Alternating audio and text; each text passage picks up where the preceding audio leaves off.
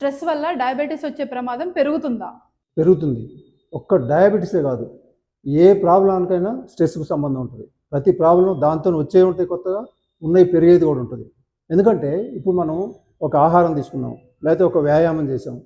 ఒక ఆహారం తీసుకుంటే అది జీర్ణమై మన బ్లడ్‌లో కలిసి మనకు శక్తి ఇచ్చి కనీసం ఒక గంట నుంచి కొన్ని గంటలు పట్టిద్ది అది. అదే వ్యాయామం అది చేయకపోయినా, ఒకరోజు చేయకపోయినా చేసినా అది దానివల్ల ప్రాబ్లం రాదు. కానీ స్ట్రెస్ ఎలా ఉంటుందంటే మన బాడీలో ఎంత మార్పు వచ్చిందంటే ఓన్లీ 1-5 సెకండ్స్‌లో మనకి అనుకోని అన్‌ఎక్స్‌పెక్టెడ్ ఏదైనా తెలిసిందనుకోండి సడన్‌గా, ఆ 1-5 సెకండ్‌లోనే మన బాడీలో మొత్తం చెమటలు పట్టిపోయి అంత షివరింగ్ వచ్చేసింది.